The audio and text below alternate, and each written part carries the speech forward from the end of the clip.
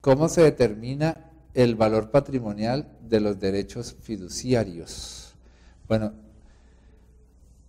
hay que estudiar, cuando vayan a llevar a la declaración de renta o de ingresos y patrimonio, los valores que posean en derechos fiduciarios, o sea, en patrimonios autónomos. Hay que estudiar lo que diga el artículo 271-1,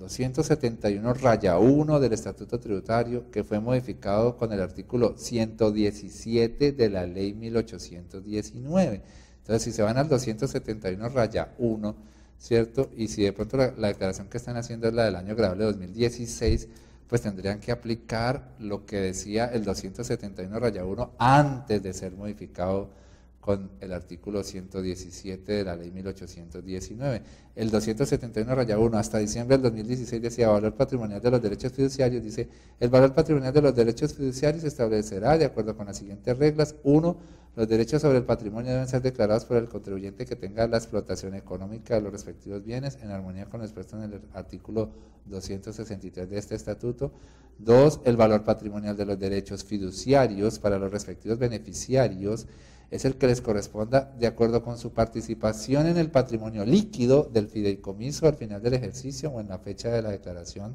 Los bienes conservarán para los beneficiarios la condición de movilizados o movilizados, monetarios o no monetarios, que tengan en el patrimonio autónomo. Eso es lo que decía, más otro parágrafo adicional que trae la norma,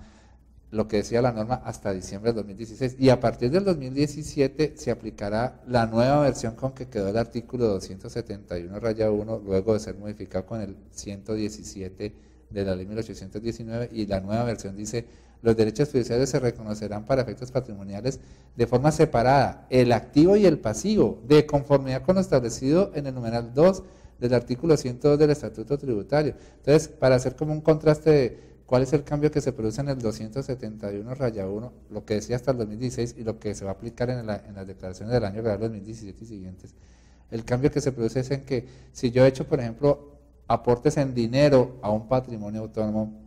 resulta que la sociedad fiduciaria que administra esos patrimonios autónomos toma el dinero y lo convierte dentro del patrimonio autónomo, lo convierte en diferentes activos que se ven afectados con diferentes pasivos y forman un patrimonio neto. Entonces, hasta el 2016, para yo calcular el valor por el cual debería declarar el dinero que aporté a ese patrimonio autónomo, yo solamente le pedía una certificación a la sociedad fiduciaria que administraba ese patrimonio autónomo para que me dijera cuál es el valor intrínseco del aporte que yo hice a ese patrimonio autónomo, y la sociedad fiduciaria tomaba el patrimonio líquido, el neto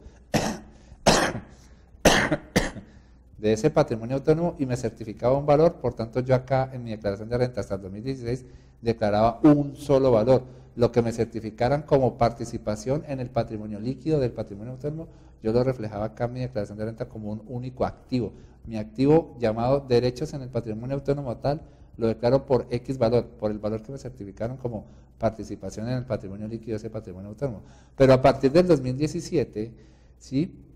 la sociedad fiduciaria ya no me va a certificar mi participación en el patrimonio líquido o patrimonio neto del patrimonio autónomo, no. La sociedad fiduciaria me tiene que certificar mi participación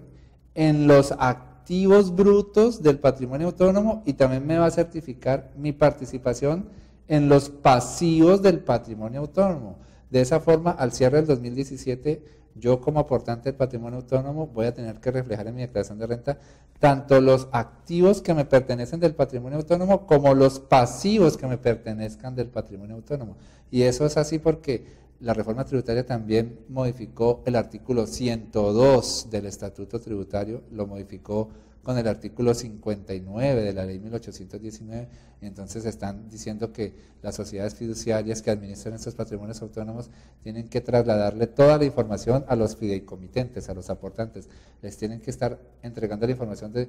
cuánto le corresponde en los activos del patrimonio autónomo, cuánto le corresponde en los pasivos del patrimonio autónomo, cuánto le corresponde en los ingresos del patrimonio autónomo y cuánto le corresponde en los gastos del patrimonio autónomo, de forma que los